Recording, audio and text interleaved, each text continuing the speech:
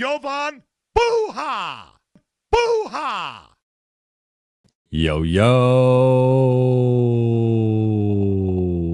I'm Jovan Buha, Lakers beat writer for The Athletic, and welcome to another Lakers postgame reaction show. Just got back from Crypto.com Arena, where the short-handed Lakers lost to the Milwaukee Bucks 118-89 to drop to 43-26 on the season. Their 3-game win streak was snapped. Their 9-game home win streak was snapped as well. They go from number 3 in the West to number 4. And mentioned shorthanded, no Luka, no LeBron, no Austin, no Rui, no DFS, no Vando. So LA started. Jackson Hayes was similar to the Denver game. They only had one of their 5 starters. This time it was Jackson.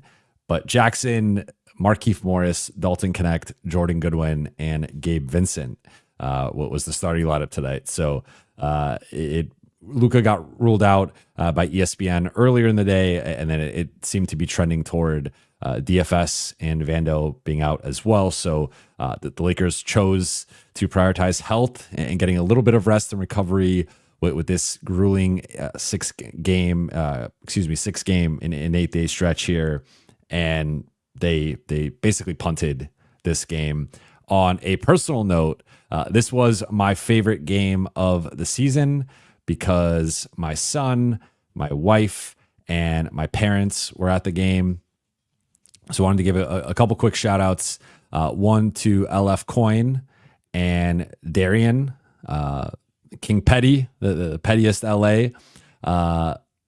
Wanted to give a shout out to them. Trent Swaim as well for helping arrange having my family at the game. So I was a second game my son has come to. My wife has been to multiple at this point, but was also able to help my parents come to the game. And just having my son there, he's a little bit older now, so he was able to enjoy it more and got him some ice cream, was able to take him to the media room. So I also want to give a shout out to the Lakers for that and just show him where I work and what I do. And he was able to get some snacks and whatnot. So that was just on a personal level.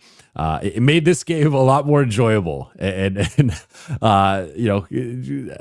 would have been a tough one to sit through without a little bit of a distraction there. And having my wife and my son and my parents, it was a family affair, and it made tonight really special. So I wanted to give a shout out to all those people, and just tonight was awesome for me because of that. But before we get started with the rest of the show, you guys know the drill. For those watching on YouTube, please be sure to hit that subscribe button, turn on channel notifications, and like and comment on this video. And for those listening on Apple Podcasts, Spotify, or your podcast platform of choice, please be sure to follow, download, and leave a 5-star review.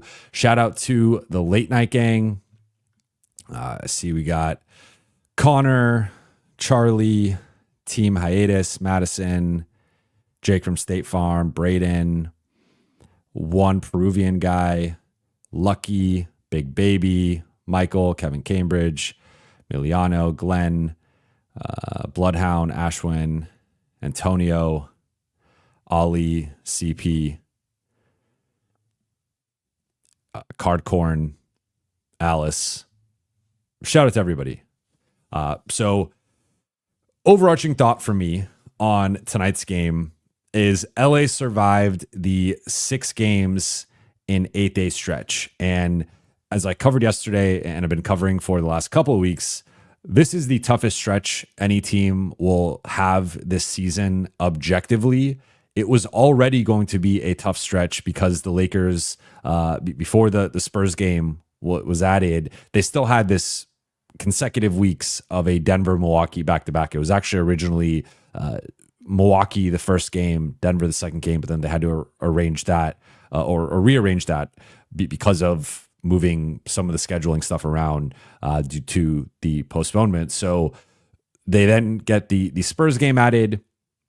Then they lose Rui, they lose LeBron, and that just really decimates their depth, where Could they have maybe tried to push it? I mean, Jackson was out until he missed the beginning of this stretch until he returned for the homestand. But like, could they have pushed it and played Luka in Denver and played Luka tonight and played Austin tonight? And yeah, they could have technically, but this was just a tough stretch to already be shorthanded, and that just really compounded to, I think, increase the workload on all these guys, increase the minutes on all these guys, increase the defensive ask on all these guys. And I think the Lakers wisely tried to navigate it the best way they could. And they felt that, especially with the Denver game in Denver and the game tonight, that it was best to rest people. So for both of those games, they rested 4 of their 5 starters plus 2 bench guys. In the Denver game, it was DFS and Gabe plus 4 of the 5 starters. And then today it was DFS and Vando and 4 of the 5 starters. And essentially punting both games, although the Denver game, they were in that one till the end and almost won it. Tonight, it was relatively close until like late third, and then Milwaukee blew the game open. But I asked JJ about this because I'm writing about it for The Athletic, just about this stretch and how tough it was. And JJ said that he feels like the modern athlete, especially with the way that the game is played, in terms of how much ground you have to cover defensively and just the differences in the game and the spacing and the pace and just, again, defensively making rotations all over the floor in a way that basketball was not played at, 20 years ago, 40 years ago, whatever, that he's like, the modern athlete is not designed to play this style of basketball for 6 games in 8 days. It just was, it's impossible. He was like, I was just playing not that long ago and I could not have done this. And like, this is much different than what I was playing. So, he talked about his own experience of like playing during the lockout season. He played the first 65 games of the season, was asked by Stan Van Gundy if he wanted to play all 66 and finish out the season. And he said no. Well, he said F no. So I'm not going to quote him verbatim on what he said in my answer. But JJ's point was like he said he played 65 games in 92 days. That feels a little off. He might have been, being hyperbolic. I would assume so. But the lockout season was obviously very condensed, and that was a really tough schedule. And his point was like, there's a reason why the NBA has reduced back-to-backs, has reduced 4 in 5 nights, and the Lakers just had 3 consecutive back-to-backs. So they survived the stretch. They go 3-3. Their 3 wins are by double digits. 2 of the games, we'll never know what would have happened if they were healthy. I think the Denver game, based on how that one went, they probably win it. Like if Luka plays, if DFS plays, if Gabe plays, like they probably win that game, even without Rui and LeBron, but with those 2 guys just being actually injured and not able to play.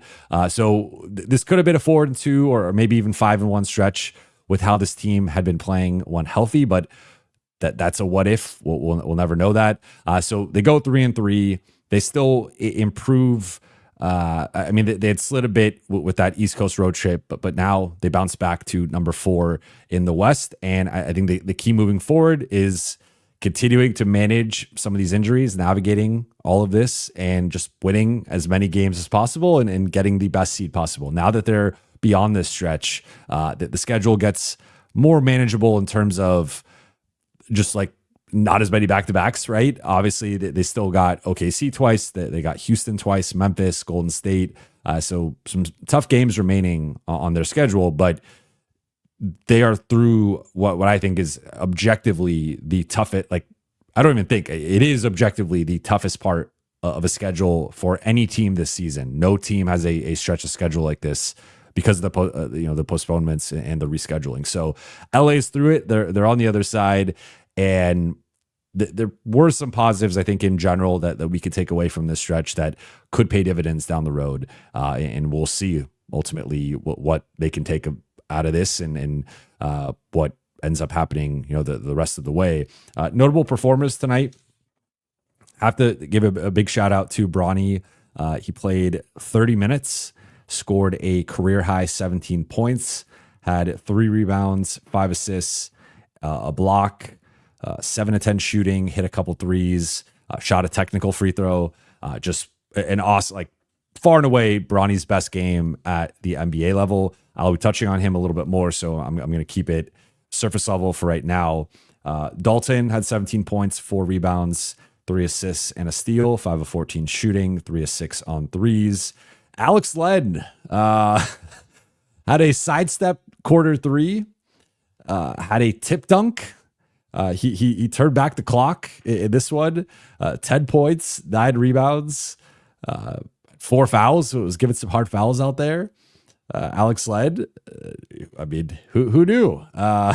Markieff Morris turned back the clock a little bit with some of his shot making. I thought I had a rough game defensively, like just could not hang with Giannis whatsoever. But 9 points, 4 rebounds, and hit a 3, had a couple of jumpers.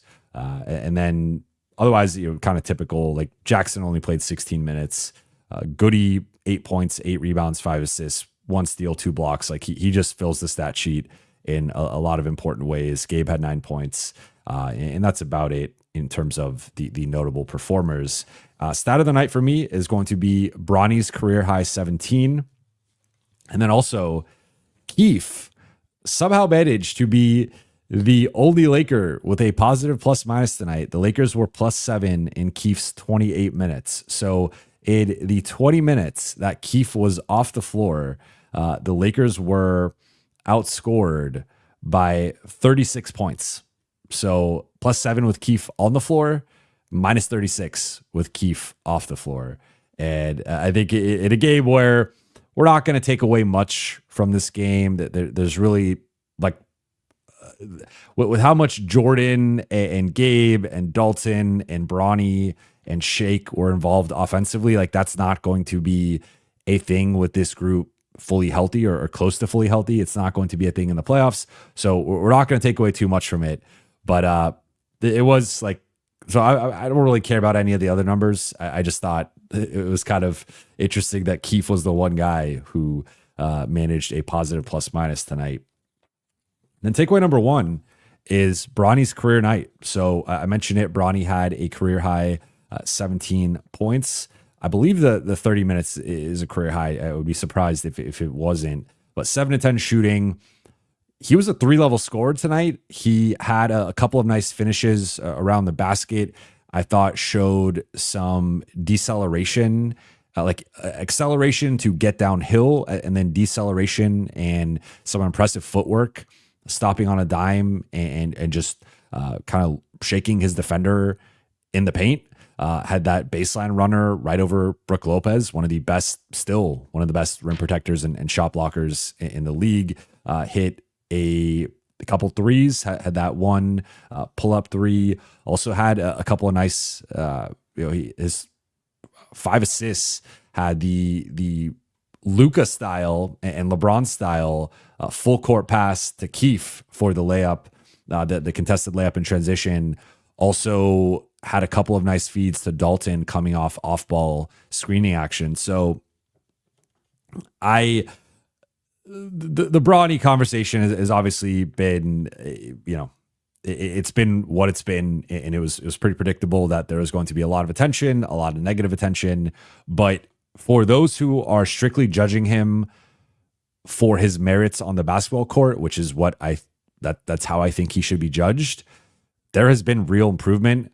We've seen it in the G League. It hasn't always translated to the NBA level, but I think progressively, if you look at where he was at earlier in the season and even go back to like January and the game that started the whole beef, or maybe didn't start it, but really ignited and accelerated the beef between Stephen A and LeBron, it was that Philly game where the Lakers are shorthanded.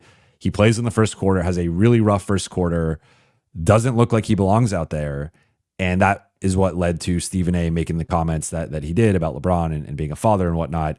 But even putting all that aside, like just looking at how Bronny looked then to how he looked tonight, and even how he looked in the Denver game, like there has been tangible progress. And like JJ said back in the offseason, and I think a lot of people took it as like lip service, that Bronny's going to be test case number one with the Lakers and the G League. But tonight, JJ talked about like with the way that they are running South Bay and the connectivity between the parent program and the G League, it's like those guys know the same language in terms of terminology.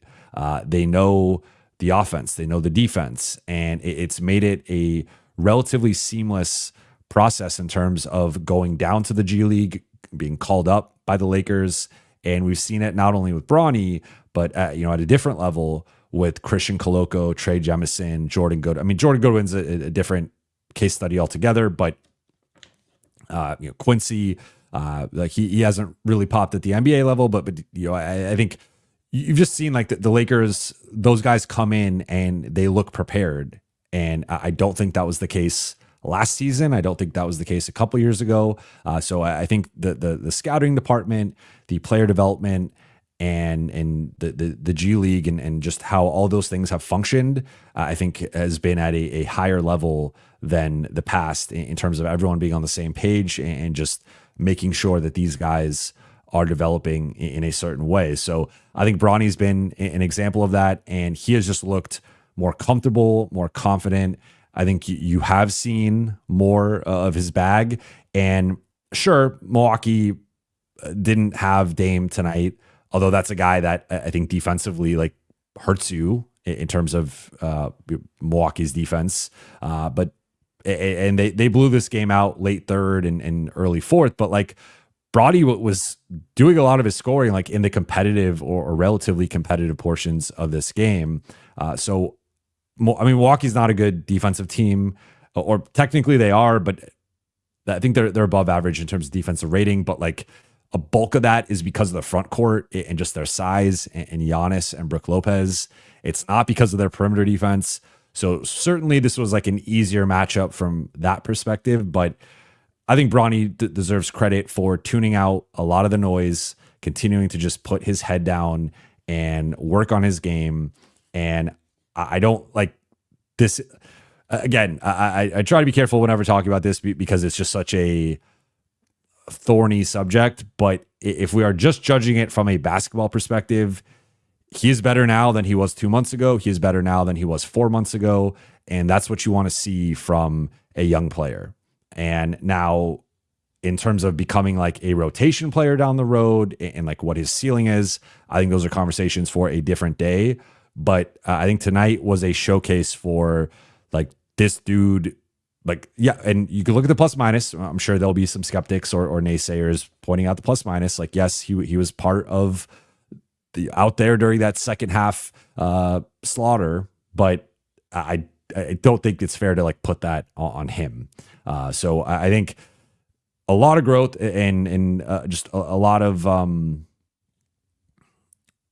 progress with Bronny from, again, the beginning of the season, even the middle of the season until now. He looks much more comfortable out there.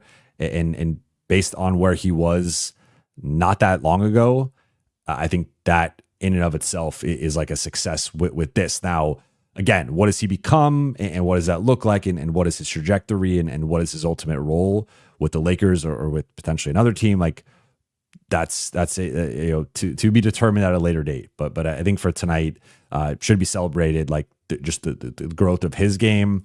And look, the Lakers only had 3 guys in double figures tonight, and it wasn't like Bronny played 48 minutes. Like that, he tied with Dalton. Dalton caught him late, but he was outscoring and it looked better offensively than some of the more established guys. And that in and of itself, again, I think is a success for the Lakers and their development program. Takeaway number 2 for me, just quick one on the injury update, which has become a post-game staple.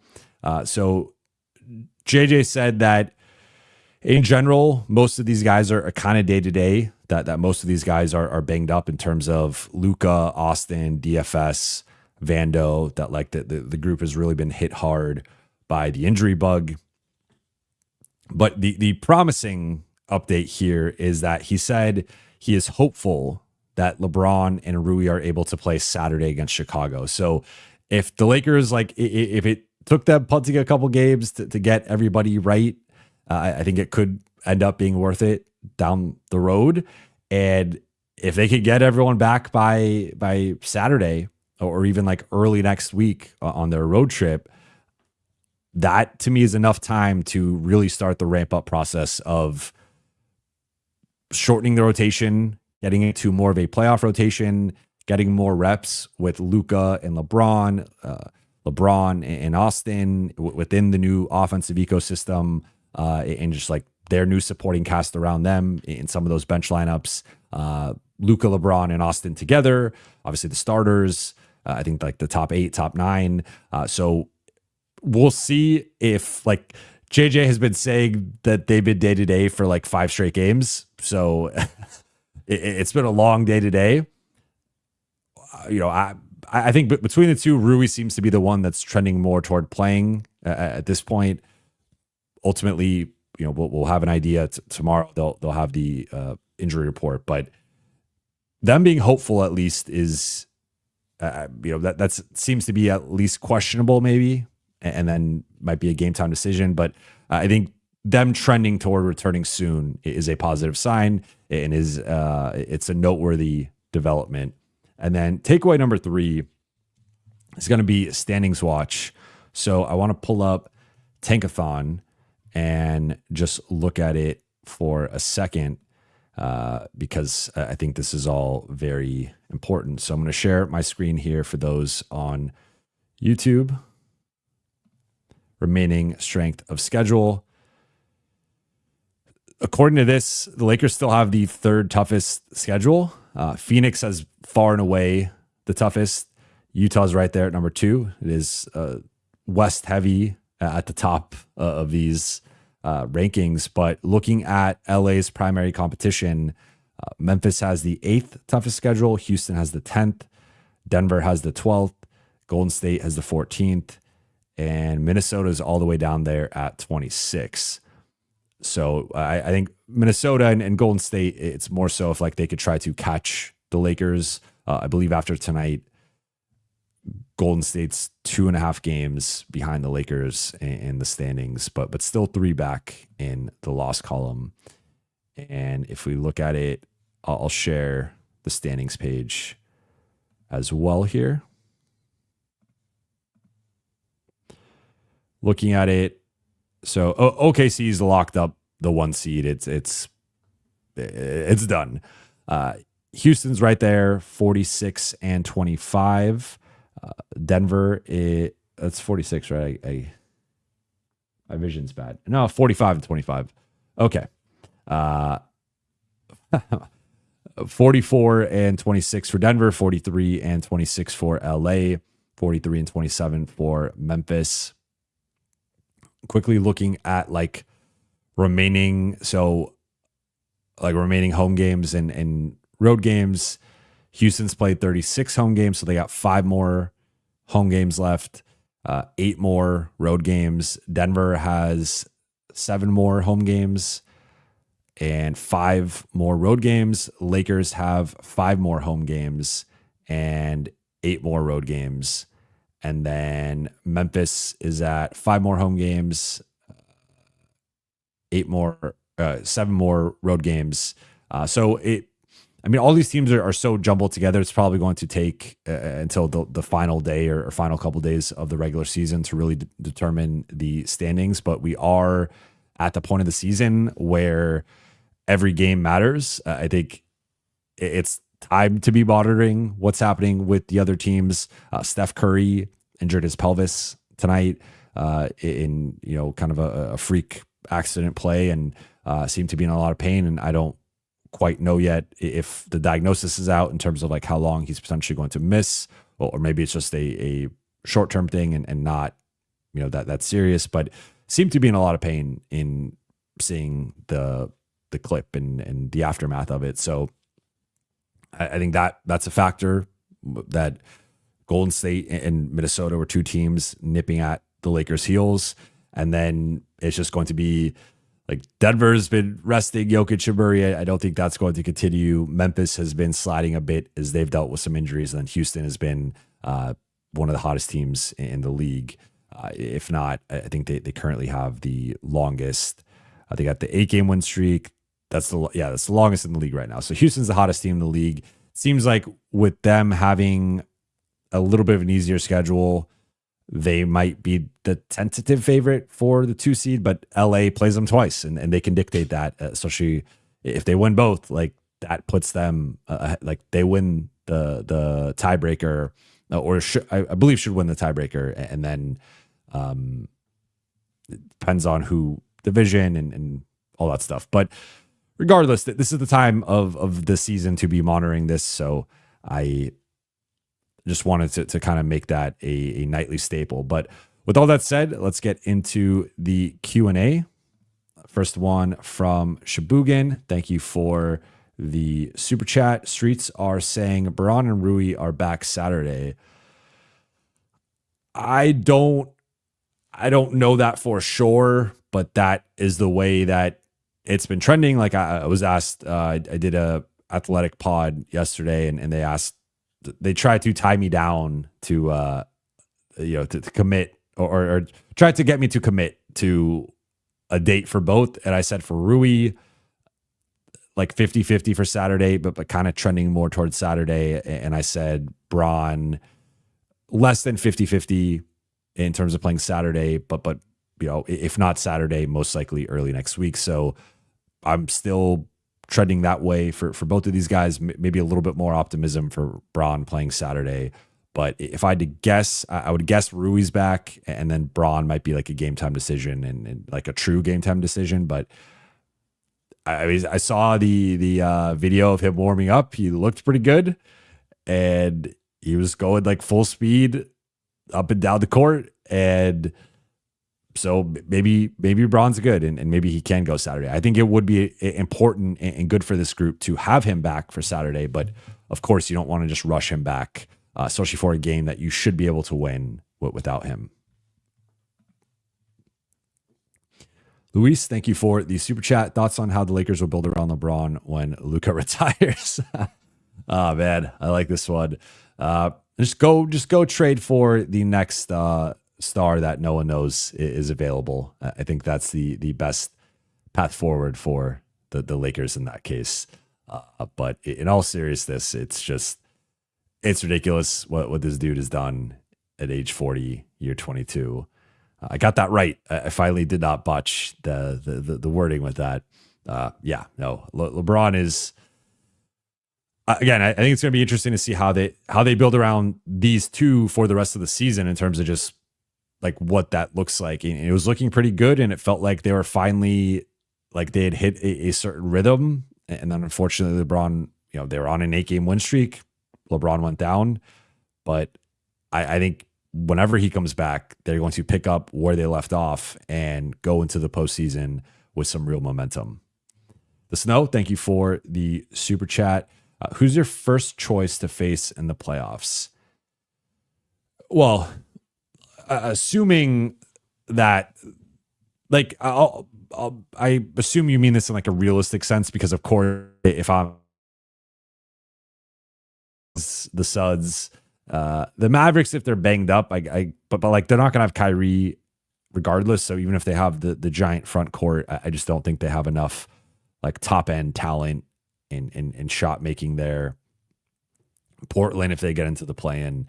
But assuming those teams are not going to be realistic for the Lakers, which looking at it, like maybe Sacramento if they get hot down the stretch, but they're 4 games back of Minnesota, so that seems unlikely. And then Minnesota and the Clippers are jockeying there for like the 7-8, and that could matter for the Lakers if they get the 2 seed. Among all these teams, I lean toward, I'm between Memphis and Houston. I look at Houston, they've been a bottom 10, if not bottom 5 half court offense for most of the season. They really rely on transition, and that is one of the biggest things that teams can take away in the playoffs, just because the game tends to slow down. It becomes more of a possession by possession battle, and the same youth and athleticism advantages that they had in the regular season will still be present, but they're not as, I would say, impactful in the postseason. And there's a reason why championship teams tend to be a little bit older, and even like the young team that wins 50 plus games sometimes gets upset by the 55 win young team might lose to the 48 win older team because that team has been there before, that they have the experience, and there's just like this. I really think there's an experience factor to the playoffs that like can't be understated, or I mean overstated rather. Memphis, I think that they have better top end talent with Ja and Triple J and Bane. I think that's like a better trio than whatever trio you want to pick for Houston. So I guess between the two, I mean, Houston's playing great right now. I think between those two, I would lean Houston. The one thing that gives me some pause with Houston is I do think they have the defensive personnel to match up with LeBron and Luka and Austin, and not shut those guys down, to be clear, because no one's going to shut those guys down in a playoff series. But if we're looking at like the perimeter groups defensively and comparing Houston to like Denver's perimeter group or Memphis's perimeter group, or I would even say Golden State's perimeter group, the Clippers, Wolves is like, and McDaniels are two really, and Nickeil Alexander-Walker, like all, and even DiVincenzo, like they've got some really good perimeter defenders, but Houston's up there with all of those teams. So that's the one thing that gives me some pause. I ultimately think, though, the lack of experience, the half-court offense, and Şengün being their primary like big and rim protector, I lean Houston. But to me, it's really splitting hairs between Houston and Memphis. I still would have Denver lower because we've really only seen one true game with the two teams at relative full strength. And yes, the Lakers kick their ass, but I would like to like see have some more data points with it.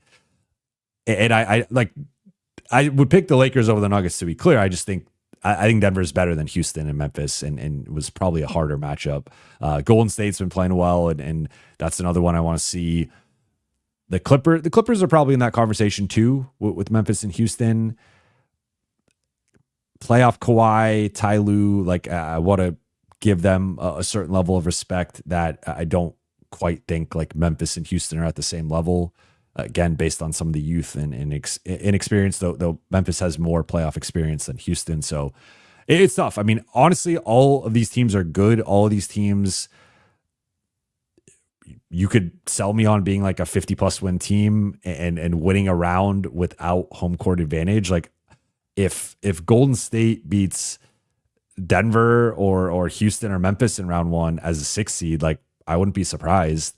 If even the Clippers or the Timberwolves, whoever comes out as the 7 seed, if they beat the 2 seed, that also could be Memphis or Houston, I wouldn't be surprised either. So the West is tough, but I think among realistic matchups, I would lean Houston, but it's probably like a 1A Houston, 1B Memphis. I think they're both like kind of right there. Braden, thank you for the super chat. I hope your son had an awesome time. I flew over for my first live game on November 29th, 2015, the day Kobe announced he would retire. That's awesome. LA versus Pacers. Kobe almost won us the game. What did Chandler say about the game today? He had a lot of fun. One cool thing was we were also able to get post-game passes for them, so they were able to hang out in the friends and family section. So he met Austin Reaves for the second time. He met him back in 2023 at the Lakers Grizzlies playoff game, but he was not in a good mood. I think it was too long. It was too loud, and he too late. Like he just wanted to go home. So there's a funny picture of him and Austin where he just has like the saddest, maddest look on his face, and Austin smiling. They didn't take a picture today, but Austin was nice enough to come over and talk to him and meet my wife and say what's up. So that was very cool of him to do, and I appreciate it. But I think the part that he liked the most was coming back to the media room and seeing just a peek behind the curtain of what I do and where I'm at. And it was, again, a big shout out to the Lakers, because that's not something that they often do. And, there aren't many kids in the media room, otherwise, unless it's like, courtside people going to use the bathroom or something, and they bring their kids with them. So I think that was a really cool thing for him just to experience that. He also got a bunch of candy and ice cream, so I'm sure that was fun for him. Unfortunately, it did end up being the competitive game, or like LeBron's his favorite player, but he's also becoming a Luka fan. He's an Austin fan, so like not having those guys play obviously was a bit of a bummer. But he had pretty good seats, and I think he really enjoyed himself.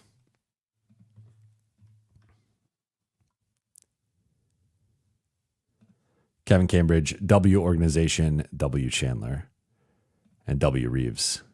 Jay says W Norma. A lot of W's in the chat tonight.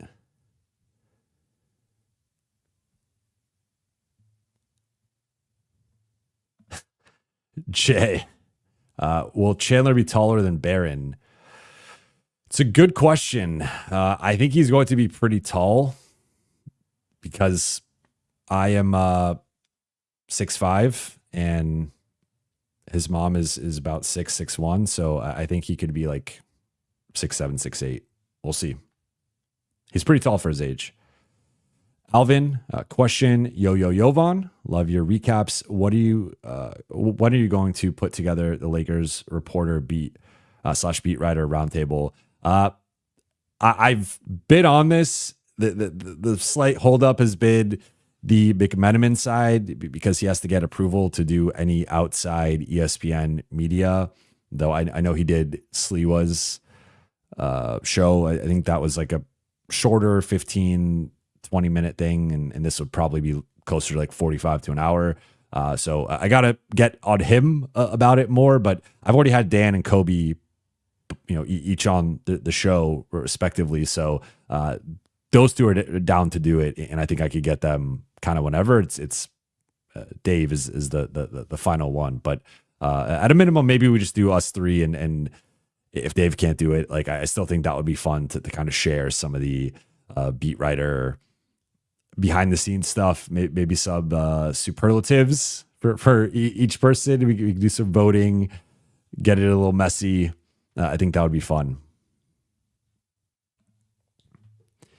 The Snow, thank you for the super chat. Jovan, it feels like the season has passed in the blink of an eye from a fan's perspective. Does it feel like that from your perspective as a reporter? It does. It felt like it's weird. The season has like these weird beats to it, because I feel like it's a bit of a slog through like the first couple months, like through November through December. And they're like, it's just, everything is like new, and it does feel like time is slowly passing. I think once you get to like the early January range, it starts to speed up, and then you get the All-Star break, and it's supposed to be a week off. Lakers didn't have a week off, but that's kind of like the midway point of the season, though it's really 50 to 55 games in, depending on the team. And then coming out of the All-Star break, it's a mad dash to the end of the regular season. Like we're less than a month, like a month from now, the playoffs will be going on.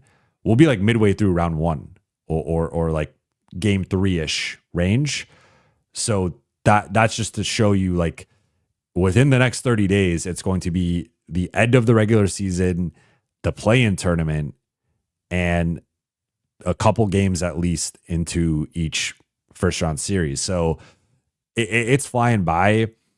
I'll say, like, the amount of late nights and like travel and stuff is certainly caught up to me at various points. And I feel like once the season starts, I get a little sick, and I'm like never healthy again. It's kind of like with the players, how they kind of just pick up nicks and knacks and in different injuries, and they're just never really like close to 100% again.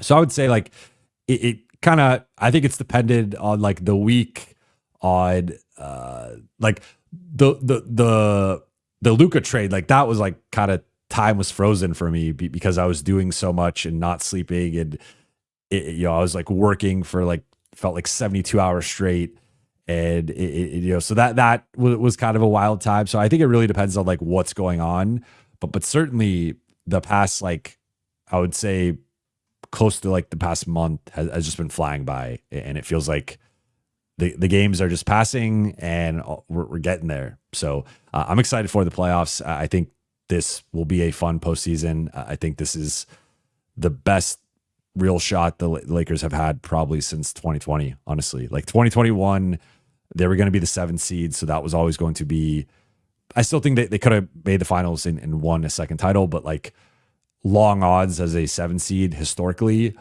This year they should have home court advantage, be a top 4 seed, and I think they're well positioned to make a deep playoff run.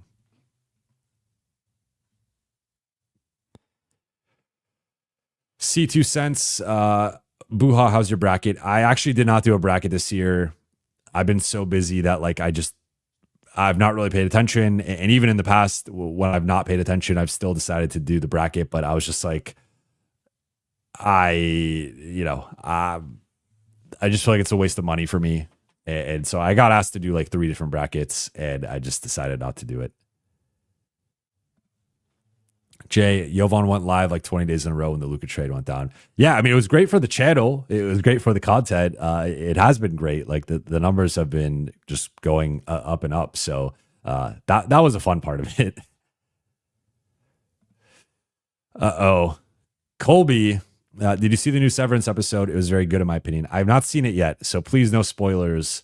I am very excited to see it. I hope my wife has not gone to bed yet, so we can watch it at some point tonight. But yeah, I really want to see it tonight.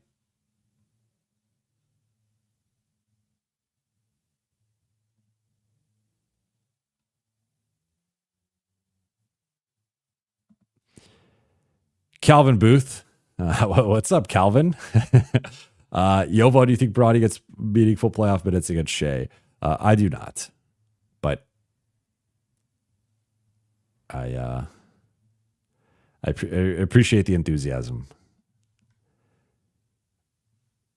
Shabugan, thank you for the super chat.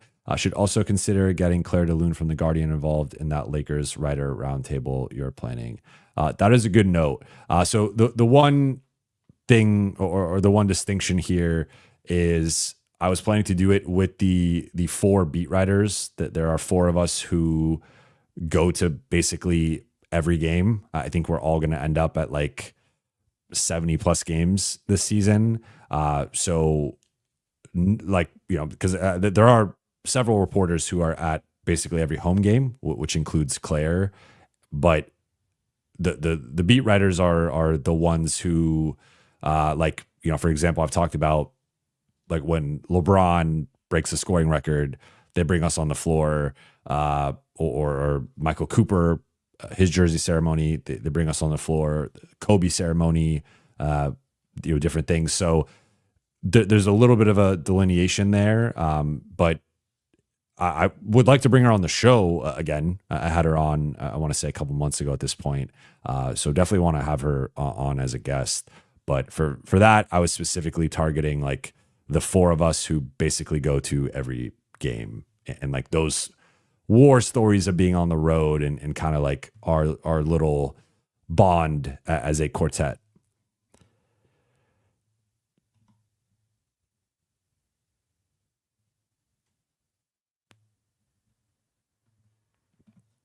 Herman Williams, any news on Kleba? No updates on it, just what I had previously reported, that I was hearing there was optimism that he'd be back before the end of the regular season. He is set for his reevaluation date coming up in I believe about 2 weeks, and maybe he gets reevaluated a little bit earlier, but would be nice for him to obviously return sooner than later.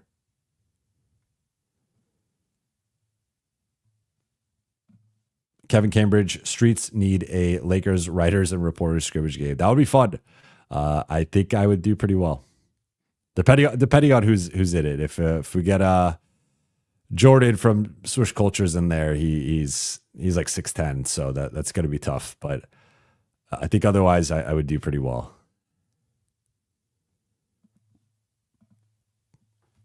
C2 Cents, curious on how does the practice footage make it to the internet? So depends what you're referencing. If it's like team stuff, they have their own photographers and like team videographers and stuff at every practice. And then Spectrum, because they're a TV partner, they're constantly filming stuff behind the scenes. So that stuff is obviously like going through several, or not maybe several, but at least one round of like approval and making sure they're not putting anything out that they shouldn't be. For us, why do we go to practice, which has been rare, at least recently? We typically only see the post-practice, like free throw shooting drills, and a little bit of like the stay ready games. But outside of that, we don't actually see scrimmage or scrimmaging. And it's unfortunate because I feel like with the increase in social media and stuff going viral, like it's kind of similar to the All-Star game, where I think there's two elements to it, where teams don't want to share what they're working on, what they're practicing. Like they might talk about it, they might hint it in a press conference, but they don't want you to get the film of it, which I understand from like a competitive perspective. But I also think that the secondary element is kind of similar to the All-Star game and All-Star weekend and various points of the season. Sometimes like there's an element of like not wanting to be embarrassed. And if a guy airballs a shot, or if someone blocks a star player, or someone crosses up a star player, or dunks on a star player, like the teams are sensitive to that. They don't want to put that out. The players don't want that getting out. So we don't really get that like full, unfortunately, like I would love, like that would be my favorite thing, would just be like to just see like Lakers starters versus Lakers bench. Like, how does that look? Who's trash talking? What are like the dynamics? What are the rivalries? I'm sure Luka now with like his dynamic and how much he chirps, I'm sure there's some level of that going on in the scrimmaging. So that would be awesome to see, but unfortunately we don't get to see it unless they want to show us.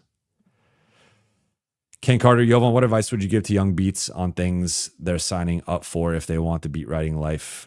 For example, potential deal breakers that you have to be on board with? Good question. And Kane Carter, I really think you have a future in like the creative questions are just always on point. Young beat writer advice, like if I could go back and give myself advice, I would, one, like I've talked about this before, and to be clear, like when I talk about stuff with the job, it's not like I'm not complaining. It's not a sob story. It's just like the reality of the situation is I work essentially every day, and I would say like at a minimum, I work like a few hours on a day, but that's like the bare minimum, and that's pretty rare. I would say most days I'm working at least 8 to 12 hours, if not today. Like I basically started working at 9 a.m. doing some writing, and it's 12:30 a.m. And there were certainly some pockets in there where like I was driving to the game, driving back from the game, talking to people at the game with my family, and a little bit of time during the day with my son. But like it's long hours. It's nights, it's weekends, it's holidays. I've worked basically every Christmas since 2011. I work every July 4th. I work every New Year's Eve. Like it's just that there's a lot of, I would say, like social sacrifice and work-life balance that you lose with this job. So that's certainly something that I think from the outside looking in, people like just think about, oh, I want to be a beat writer, I want to be a reporter, like this and that. And that's totally fine. It's just you have to know what you're signing up for and understand that like this job takes a certain toll on your social life. And I missed countless birthday. I mean, I as the best man in my friend's wedding, I missed the bachelor party because I just it was during the playoffs and I couldn't miss multiple playoff games. Like it just was not possible. So outside, honestly, like outside of my son's birthday and like weddings, those are the two things I will miss for like no matter what. But and my wife's, but her birthday's at Christmas, which is a pretty tough one too. Outside of that though, it's like everything else basically is party, birthday, trip, boys trip. Like I got a close group of friends all the way from like middle school and high school that they're constantly going on trips, random golf trips, summer trips somewhere. I can't do any of that. So I think from that perspective, that's a big thing that you have to give up. Second thing would just be like talk to everybody, and you just never know. Like it's such a small circle within the NBA that like now I basically with every team, there's someone I've covered at some other stop on the assistant coaching staff, on the scouting department, on player development, film room, analytics, something. I've covered them with the Lakers or the Clippers over the past almost, 13, 14 years. So it is really important just to talk to as many people as possible, build as many relationships as possible, build as many sources as possible. And that I think only happens by getting out of your comfort zone and like introducing yourself to people and being a presence and making yourself known, but also building genuine connections. So I would say that those are the two primary things that I would tell my younger self. And I knew the first one. I just think you don't know it until you're really like going through it. And I already had been like doing a lot of that stuff, but I think the travel is like the other part of it, that like the travel is almost its own full-time job. And there are certainly fun parts of it, especially like my first 2-3 years traveling. I loved it. And it was like, oh, just go to new cities and everything is, hotels paid for, flights paid for, food's paid for. It's awesome. But eventually I think it starts to catch up with like your just body and health. And like, it's a grind. And again, to like zoom out, I'm not complaining. I love it. But these are the realities of it that I would share to my younger self, and I would share to anyone interested in getting into this. And I would say this, when I would hear reporters give advice and talk about the underbelly of the industry, I'd always be like, on some level, like, screw this person, I still want to do it. And if you hear what I'm saying and you are saying to yourself, screw Jovan, I still want to do this, then like, there's your answer, right? But if you hear it and you start to be like, well, I don't want to give up my weekends. I don't want to give up my Saturday nights. I don't want to give up trips. I don't want to give up holidays. I don't want to give up this and this and this. Like, then I think you could still work in sports. You could have a different job, but if you want this job, that's like, those are the things that you ultimately have to give up on, unfortunately, just because of how it goes.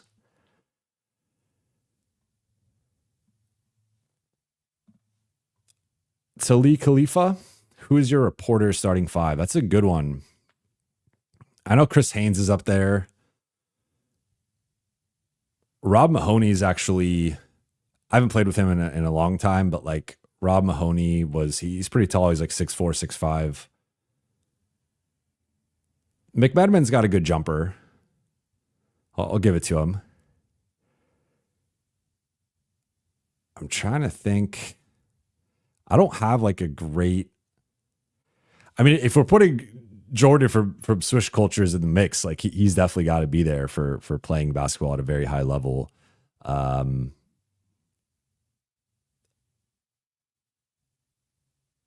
leaning more LA based reporters, but I know Tim McMahon plays. He's also big. He's like 6'4".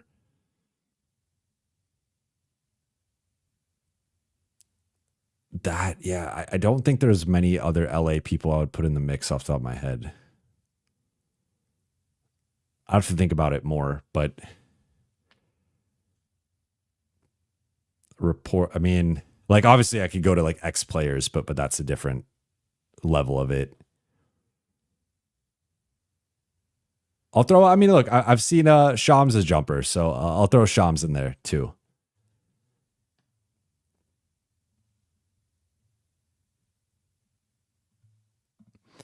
People try to start beefing here. Eric Dade asking me if I could shoot. I can't shoot. Me versus Trevor Lane and Horse. I've never seen Trevor pick up a basketball, so I don't know. But I'll tentatively take myself just out of self confidence. But I don't know how he is as a shooter. Ben asking me versus Timph. Timph would beat me. I mean, we've never met, but I think we're around the same height.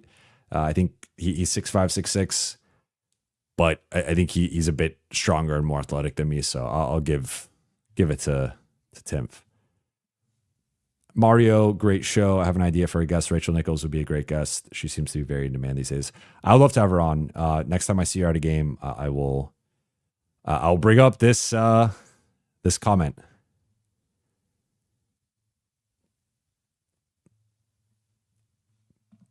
G asking who the Lakers social media person is. They have a bunch. So I don't even know all of them because they have their own section that they sit in away from us. But they have several.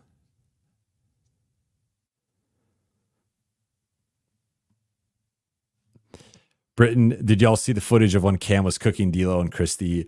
Yeah, I don't know how that got out. Cooking D'Lo, I kind of get because like he's just not a good defensive player. So like Cam has a pedigree as an offensive scorer. Cooking Christie was obviously like that was interesting, but yeah, I mean we did see that tonight. We did see that version of Cam tonight. The Snow, thank you for the super chat. Jovan, I'm pretty convinced that part of the reason Braun is out is to let the team configure and build chemistry similar to 2023. Thoughts? I don't think so because I know there's a lot of conspiracy theories around LeBron and the injury and whatnot. Like, could they be like, I would maybe entertain this if it was like, maybe an extra game or two where they're just like, take your time, we're figuring some stuff out. Like maybe that element to it. And I know you're saying part of it. So I'm like kind of trying to view it in that sense. I still think there's people who like kind of are like implying he's faking this or milking this. And it's just like, I mean, he was on pace to be like a back end of the MVP ballot player and potentially earn first team All NBA at a minimum, like second team. And I still think I'll vote for him for a second team, assuming he comes back here relatively soon. But like, I think for a guy who clearly cares about his legacy and his place in the game, like just continuing to do these things that no one else has done at this stage of their career and maybe finishing fifth in MVP voting and like being on second team All NBA at 40. I don't think he would risk losing that just to like potentially help the team get more chemistry. I also think from like a competitive standpoint, LeBron hates missing games. He does not want to be on the sideline, and him missing like may cost the Lakers a seed or two, depending on where they finish. So I think like he legitimately tweaked his groin. I think he was obviously still dealing with some foot stuff. So like maybe there are like multiple things that he's kind of dealing with at once that this rest and recovery is good for him.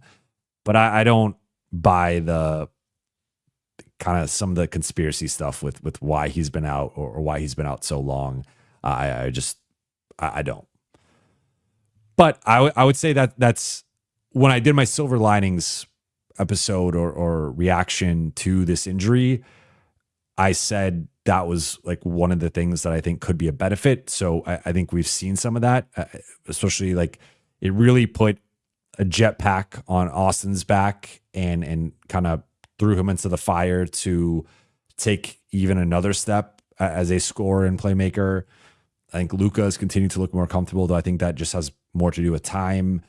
And there's certainly been some progress and like development internally, but I don't think LeBron is just like sitting out games to be like, well, let's hope this builds team chemistry or like see what it does to the group. Like, I think from a individual and team perspective, there are many reasons why LeBron would want to be playing.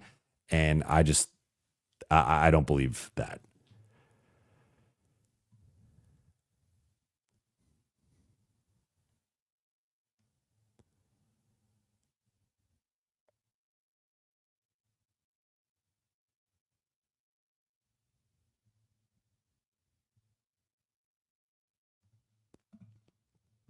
Kira with the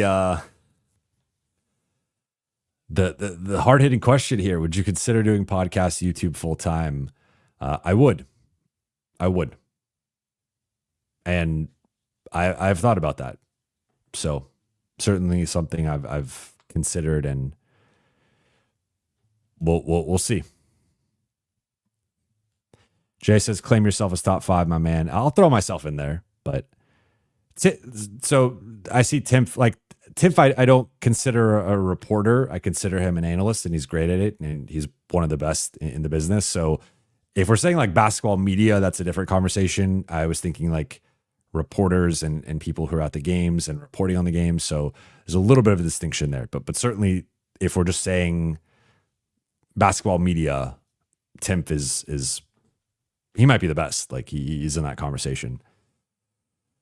Dre, tips for aspiring NBA reporters and writers. I would say move to an NBA city and try to start covering an NBA team at like a blog or newspaper or I think the reason I say that is because that can potentially get you a credential. And I think credentials is really the key. So I would say try to find a way to get a credential in that almost is always like through a bigger outlet than just like your own personal self, most likely, unless you already have a big social following or whatever. But assuming you don't, I would say like find a legitimate outlet, be it print or digital or radio or TV or whatever, and maybe take an internship or a part-time job, like full-time, whatever you want to do. I would say the second thing would be create content on your own. Most people have smartphones or computers or iPad or whatever that you can create a podcast, you can create a YouTube channel, you can write articles. So like in 2025, there's really, or you know someone who has one of those things and can hopefully family member, friend, whatever, like help you out. So I think there's like no excuse not to be creating content if that's what you want to be doing. And also I would say part 3, and this is like the toughest thing that I think there's really no way to like quantify this, but I think you have to have this like balance, duality, as JJ likes to say, of pumping yourself up and like having self-confidence and self-belief, but also evaluating yourself and having like a growth mindset in terms of I could do this better. I could do this better. Like, this is like, if you ask me to give myself a self assessment, I can point out things that I think I could be better at, that I think I have an idea of things I do well, things I don't do as well. Each show, I probably have like 3 moments I think about right after where I'm like, I wish I made that point a little bit more concise, or I wish I answered that question differently, or this part where I tripped up on my words like really bothered me. So I think sometimes, just my personal observation, I sometimes see people who, but between the two, I think there are more people on the side of like self-confidence, self-belief, but not the like self-assessment and really like evaluating your content. And I still think on some level there's an element of like looking at your content as if I was not myself and I was a random person just stumbling on this on YouTube, on wherever, would I enjoy this? Would I want to watch this? Would I want to subscribe to this? And that is the lens to look through it. And I think it's really hard to do because it is uncomfortable and sometimes like just, you know, hard conversations with yourself. And even for me, like the second I do a show, you know, I go back and do the chapters, and like sometimes I'm kind of like, man, like I hear something and I'm like, I want to like redo that or cut that out or whatever. So it's tough, but I think having that proper, again, like for me, I'm constantly tinkering and tweaking things with the show, my mics, my lighting, but those are more like surface level things. I think there's an element too of just trying to improve on camera, improve with your voice, improve with your delivery, like whatever it is. So those would generally be my 3 things of like, I guess move to an NBA city, because it's really hard. It's not impossible to do it outside of an NBA city, but if you want to be like credentialed in a building, like you have to be there in an NBA city or near an NBA city. Get with an outlet or publication or whatever news organization that like that one's, I'm maybe making it sound easier than it is. Like it is harder, but there are low, like I don't want to say lower level, but like there are smaller publications that are looking for help, especially if it's unpaid. And that's something you got to figure out in terms of like the cost benefit analysis for that. But then create content, do the thing you want to be doing, try a little bit of everything, and then be your biggest fan and your biggest hype person, but then also be your biggest critic and your biggest you have your biggest form of constructive criticism. And if you do those things, I think you're off on the right foot.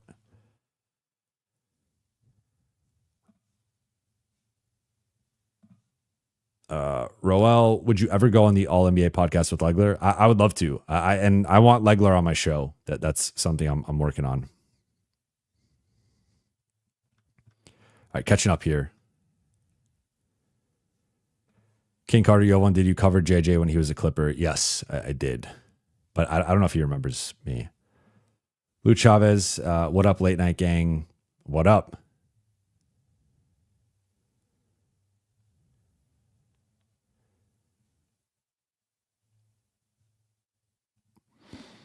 AJ, what are your thoughts on Luka's trash talk? I love it. I think that there are 2 times or 2 general times where I have a little bit of an issue with it. Really, the biggest one is just like when it leads to him not getting back on defense. Like if he thinks he got fouled and then he's upset with the ref, or he's upset with the person who fouled him, or maybe both. I would say like those plays can be harmful defensively. The second one, I guess, would just be like picking up technicals, and already he's almost been on like a 1 out of every 3 games pace, which is pretty high. And I don't think it's going to cost the Lakers now, but he is so valuable that like him potentially getting suspended because of the technical situation obviously would be detrimental for them. So that one's a lesser concern because I think once you get to a certain level of technicals, you can kind of like hopefully rein it in. But I do think he is wired a certain way. Like he just is going to pick up a lot of technicals. I think the more harmful one though is when it affects his defense. And sometimes it feels like he can kind of then get into like I think he's so competitive and so like fiery that on the next possession, he's just like, okay, I'm gonna do the same thing again, and I'm gonna get the foul call. And he's almost in like competition with the defender and with the ref as to like, you can't stop me. You're gonna foul me here. And look, and sometimes he does get those calls, but then like you also don't want him being like distracted from just playing his game, playing within the team scheme. And I think it doesn't really affect him offensively. Like there's maybe been a few possessions. It's more so the defense though, of him not getting back in transition because he got fouled or he was trying to get fouled or he's getting into it with a ref and he's not really paying attention to what's going on the other side of the floor. And transition is such a, it's such a, like like really the first 2 to 3 seconds are what matters. And you could do a lot of harm to your transition defense if you're not getting back in those 2 to 3 seconds. So that would really be it. But from a basketball fan perspective, I enjoy it. And I think it is like an essential part of his game. So for that reason, I support it. And I'm just like, this is who this dude is. So I think reining it in what would be harm, like, you know, with Steph, right? You live with sometimes he's going to take a 35 footer and miss it. Sometimes he's going to throw the wild passes that go out of bounds. And the Warriors have always been a high turnover team. Like that's just part of being in business with Steph. I think part of being in business with Luka is he's going to play with a certain passion. He's going to run hot. He's going to get some technicals. He is going to have the possessions where he doesn't get back on defense. And that's just part of the Luka experience. And I think the good far outweighs the bad. And it just is what it is, right? But I would say the cutting down on the not getting back on transition would be the biggest thing. Connor Phillips, is there any chance the Lakers convert Koloko, Jemison, and Goodwin all to full roster spots? There's a chance. I think realistically, it's probably not going to happen just because I think the only two obvious players to cut on the roster are Cam Reddish and Alex Len. Shake Milton has 2 more years of a non-guaranteed contract, which could be a valuable trade chip. And then Markieff Morris is a beloved figure in the locker room. He's an internal leader. Luka loves him. LeBron loves him. They're not waiving Keefe. So when we look at the rest of the group, I think Shake has too valuable of a contract to be waived, and Keefe is too valuable within the locker room. So they're not waiving Bronny. And then like the top 10, well, I guess I'm including Jordan Goodwin in the top 10, but like I think they're kind of maxed. Like, you know, Kleba's the other one, but they're not waiving Kleba. He still has another year left at 11 million. So the roster is going to, I think, remain the same outside of potentially waiving Len and Reddish. And again, they have to waive one of them for Jordan Goodwin. And I think they should waive another one for Jemison or Koloko. So I think it's probably going to be 2, not 3. Because again, I just don't see an obvious candidate unless they really think like the value of having one of those guys outweighs the potential value of throwing in Shake in a trade, which could be true. I don't think it's going to be Keefe. And so I guess Shake is maybe the third guy, but I don't think it's going to happen.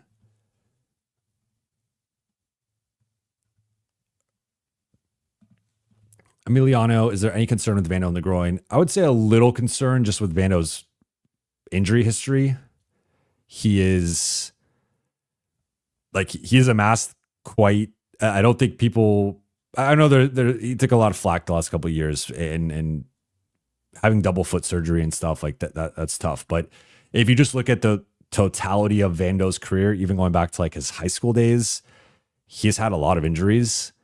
And again, I just kind of out of principle, like, don't really like to use the term injury prone, but I think there can be people who just for whatever reason get injured more, which I guess is maybe a different wording for injury prone, but I think there's been a lot of injuries there. So that, like, this would potentially be one. And also I think groin injuries are some of the trickier, like groins, hamstring injuries. Like there are certain parts of the body where just having an injury there is a little bit of a red flag. So I would say based on his injury history and the location of the injury specifically, a little bit of a red flag. But it does not seem like he's going to be out for an extended period of time. It seems like he'll be back on Saturdays. So I wouldn't over worry about it. I would say maybe there's some risk of it getting worse at some point here before the end of the regular season, and that would be like the primary concern. But for now, that has not happened, and I think things are fine for now.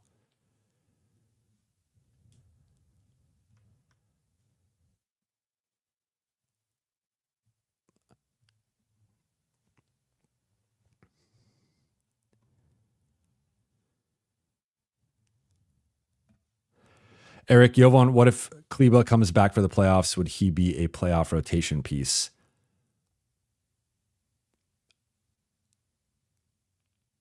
I think it depends how he plays.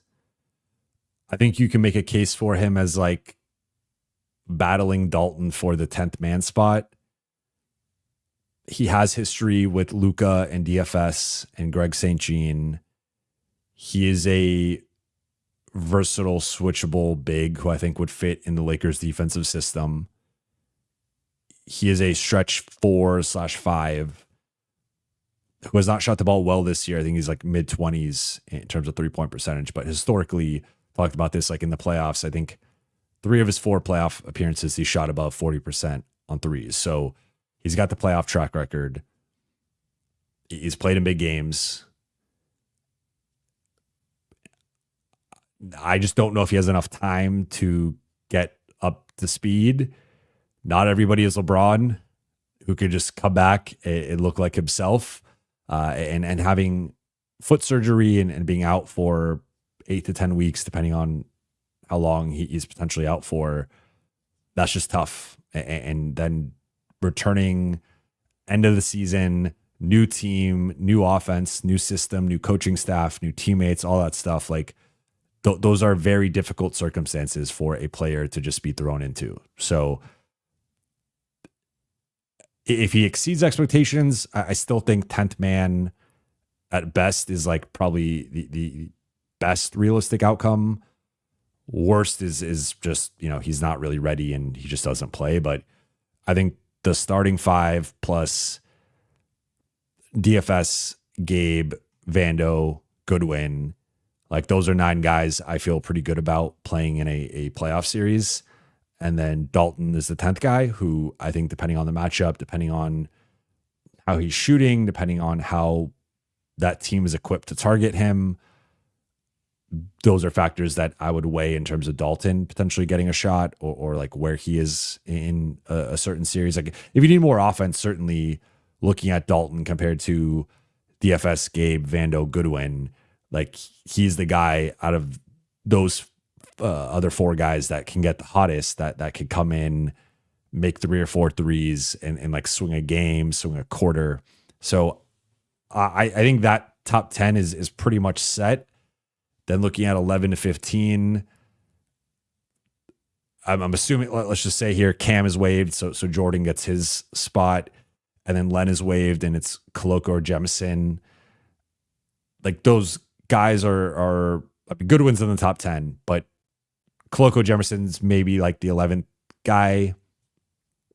I think Bronny, Keefe, and Shake are outside of the playoff rotation, and then Kleba, I guess, could push Dalton and Jemison or Koloko, whoever, whichever players on the roster for like that 10-11 spot. But really, like you're not going to go to 10-11 in a playoff series unless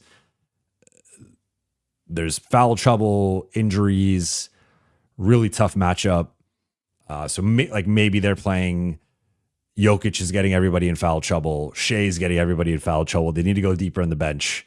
Okay, that's like an exception. But for the most part, you're going to go 8, maybe 9 in the playoffs. And I don't really see Kleba cracking that.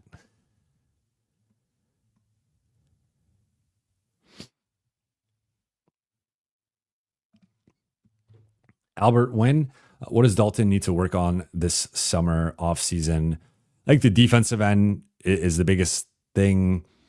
I would also say, I think in general, like a level of consistency. It does feel like, especially with his shot, he's a guy where it's like, and of course with shooting, you're not going to make, like there's a reason why, if you think about it, like the best shooter in the world, Steph Curry, and he still makes less than half of his 3-point shots, right? So there is a level of like inconsistency to some extent, but I think I would like to see more consistency from Dalton, where it feels like he'll have the 4 or 5 3-point game and a role and minutes. Like there are a lot of factors that go into it, but when he's been in the rotation, there will be the 3 or 4 or 5 3-point make game, and then it'll be like 2 or 3 games in a row, doesn't make a 3, makes 1 3, and then he kind of gets hot. And then like he's been a little bit more of like a microwave shooter in a way that I think for him to really take the next step in his career and also to offset some of the defensive limitations and defensive concerns, I think he has to be a bit more consistent as a scorer and a shooter. And if he does that, you can live with some of the defensive stuff as long as it's at a certain level. If he continues to be inconsistent, in my opinion, and I will say, like, I think that there's been some real growth lately. I think he's been more consistent lately. I think he's largely looked better lately. So he seems to be turning a corner within that. But I think the offensive end, it's about just taking it to a whole other level in terms of, I think, being a more consistent scorer and shooter. Also, I think the Lakers could run more stuff for him direct, like both on and off the ball. But then defensively, like he's got to get to like a certain level that I think he's been able to get to in like flashes, but not consistently. And again, it's not like he's never going to be an all defense guy, but can he be passable defensively? And that is something that I have some questions about. That's partly why he slipped in the draft. But if he can do that, then I think like if he could be slightly below average defensively and like good offensively, like that's a good role player. So I think that's really the next step for him.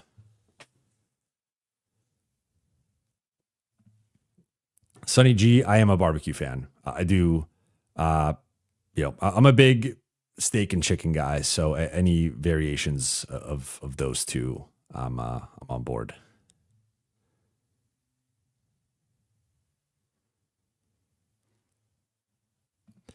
Robert, I don't know if this is a trolling, but he says I'm a LeBron hater.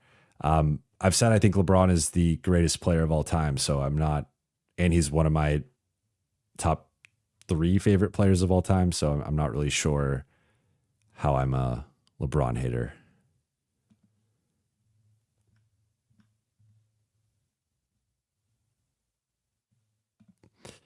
Nico Harrison's burner. I'm going to go 5 more minutes until the hour 30 mark. Favorite TV shows and movies. All-time favorite for both. Favorite movie is Superbad. That was a formative movie in my youth. That kind of just that like generational high school movie. favorite TV show of all time is The Wire, but I would say Sopranos is up there, Mad Men is up there, Breaking Bad is up there. Severance has the potential to be up there, but I think it depends on how this season finale goes tonight and how the next couple seasons go. Succession is up there for me. Game of Thrones, but like I almost put it in a different category. Although, I mean, it is a TV show. Movies, I'm a big, like all of those, Step Brothers, I Love You Man, all like the Judd Apatow, that era with Seth Rogen and Jonah Hill and like those are some of my favorite movies. Wedding Crashers, like I think a lot of the movies from what I was like teenage to like early 20s were some big ones for me. But one movie I've really enjoyed lately that I did not expect to enjoy was Den of Thieves and Den of Thieves 2. I also like that Den of Thieves 2. They had Serbians in it, and they were the bad guys, but there was a lot of Serbian references, and I really enjoyed that. So yeah, I would say that those are big, like comedy guy, but I also like the typical, like, Interstellar or Once Upon a Time in Hollywood, or basically like Leonardo DiCaprio is my favorite actor of all time. So I would say anything with him for me is up there as well. Inception, Shutter Island, Wolf of Wall Street, like all those movies. So yeah. Kevin Cambridge forgetting Sarah Marshall's classic. Yes, that is up there. Rowdy says Pineapple Express. Yes, that is also up there. Choco Thunder, are you a Trekkie or Star Wars? Star Wars. I think more like I think it's more of a generational thing where I know there was the newer Star Trek, but like I was 7 when Phantom Menace came out. My uncle was really into Star Wars, so I big Star Wars, and recently rewatched them with my son and kind of got him more into it, and L. Jovan, do you like Kith, Born and Raised, and ALD? Yes, I actually just got a lot of ALD stuff in New York on the last trip to Brooklyn. Kith as well. I think the biggest thing with some of these brands is just like the price points are a little ridiculous for my taste, but if you got the money to spend on it, then go for it. Not as much Born and Raised, but I do like their stuff. In general, I would say I've gotten a little bit more out of streetwear compared to like early to mid 20s. This is a big one. C-Sense, Dune, big Dune guy. Loved Dune. I'll say, like, I actually watched the first Dune probably twice and didn't really like it. And then I think the third time watching it, I was like, I'm actually hooked now. Like I finally kind of clicked, and like, I feel like there's just so many characters and like, I don't think the plot was as, I thought it was a little confusing to be honest. And then I loved Dune 2. So I am a Dune fan. Nas says it really is the late night gang. Yeah, this is where we're at. Bloodhound, Anchorman. Look, Lakers lost by 29 tonight, so we better be talking movies or TV shows. Nico Harrison's burner, Marvel or DC, Jovan, this may make or break you. So, I mean, I don't know if you guys can see. That's Batman. So I think where I'm at with the Marvel DC. Now, granted, the Marvel universe has been at a different level than DC. Wasn't a big like Zack Snyder fan with all those movies. So certainly with the more recent past 10 to 15 years, it's been more Marvel leaning, but all time Batman's my favorite, probably my favorite character of any kind, as cliche as that might be. So, Dark Knight's another one that has to be mentioned. I really like the newer Batman as well. So I think I already did the Anchorman. K Carter, Pokemon or Goku? Pokemon. Was never really got into Dragon Ball Z. I'm sorry.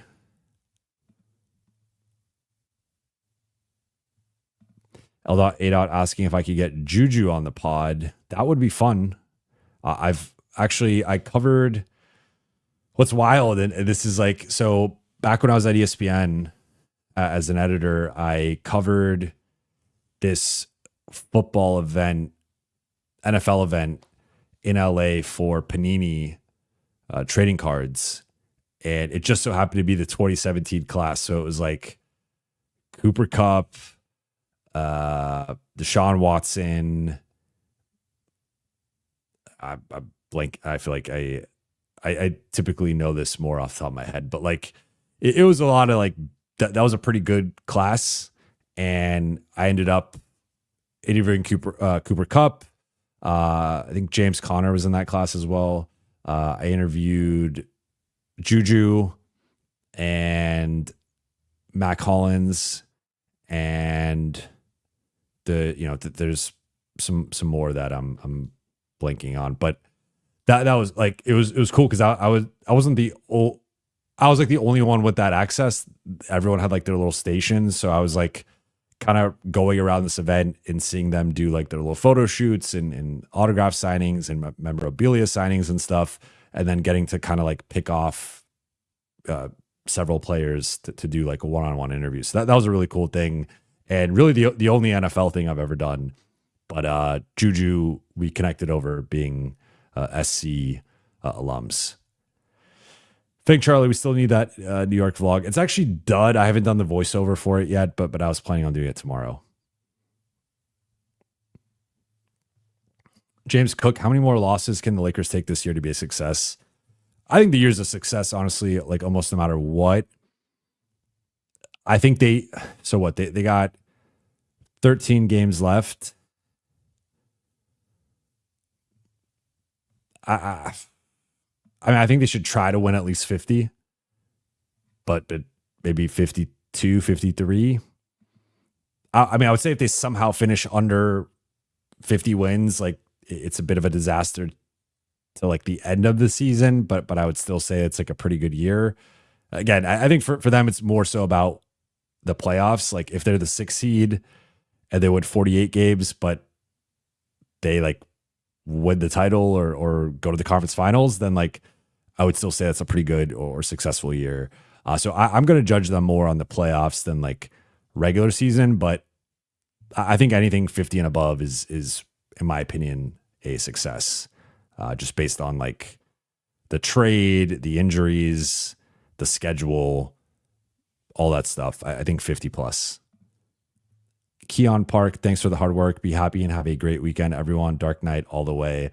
Thank you, Keon. Thank you for the super chat. And I think that's a pretty good place to wrap. In typical Jovan tradition, went a few minutes over, but that's because we got into a good flow with the late night gang. But that'll do it for tonight's show. Thank you all so much for watching and listening. For those watching on YouTube, please be sure to hit that subscribe button, turn on channel notifications, and like and comment on this video. For those listening on Apple Podcasts or Apple Podcasts, Spotify, or your podcast platform of choice, please be sure to follow, download, and leave a 5-star review.